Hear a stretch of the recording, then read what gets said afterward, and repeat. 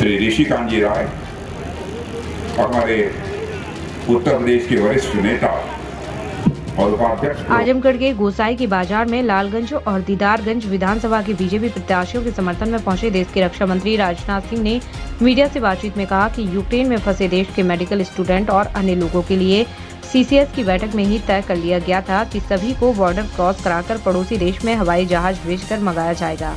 यह प्रक्रिया लगातार जारी है। यूक्रेन के दूसरे पड़ोसी देशों के एयर स्टेप पर हवाई जहाज लैंड करने के लिए परमिशन लेनी पड़ती है। वह प्रक्रिया भी पूरी की जा रही है।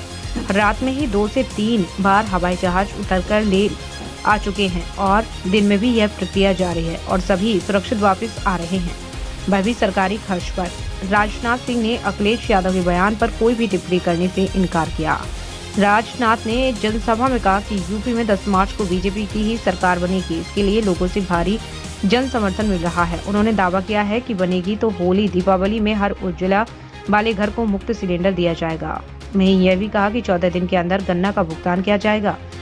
उन्होंने केंद्र और राज्य सरकार की योजनाओं को गिनाया और कहा इसका लाभ सभी वर्गों को, खासकर गरीब को खूब मिला है। पहले 1 रुपए देश की राजधानी से चलता था, गरीब तक 15 पैसा पहुंचा था, लेकिन अब 1 रुपए जाता है तो 1 रुपए ही मिलता है।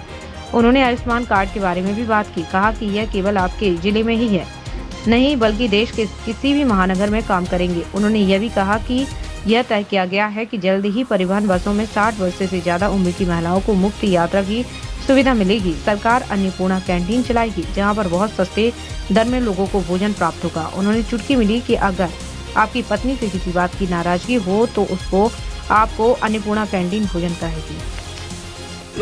ये था लोग घबराए।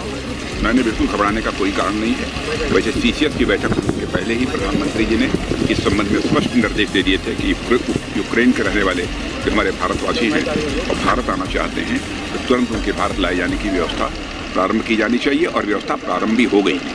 सीसीएस की बैठक में उन्होंने उसकी समीक्षा भी की और उन्होंने कहा कि नंबर ऑफ प्लेन्स यानी प्लेन्स की संख्या पड़ोसी राष्ट्रों में, क्योंकि यूक्रेन में हम लैंड नहीं कर सकते, तो जो पड़ोसी जो राष्ट्र हैं उन राष्ट्रों में एयर स्ट्रिप पर वहाँ की गवर्नमेंट की परमिशन भी लेनी पड़ती है। तो हमारे जो प्लेन वहाँ जाएं और वहाँ के हमारे बच्चे यूक्रेन में रहने वाले फिर वो बॉर्डर पर आ जाएं इन देशों के जहाँ पर हमारी प्लेन्स हैं और वहाँ से हम उनको ले आएंगे। आपने देखा भी रात को ही 3 या 4 खेप आ चुकी है, लगातार दिन में भी यह सिलसिला जारी है। हम लोग पूरी तरह से इसके लिए प्रतिबद्ध हैं कि जो हमारे वहाँ भारतीय हैं यूक्रेन में वह सब सुरक्षित सकुशल भारत लाए जाएंगे और सरकारी खर्च पर वह भारत लाए जाएंगे।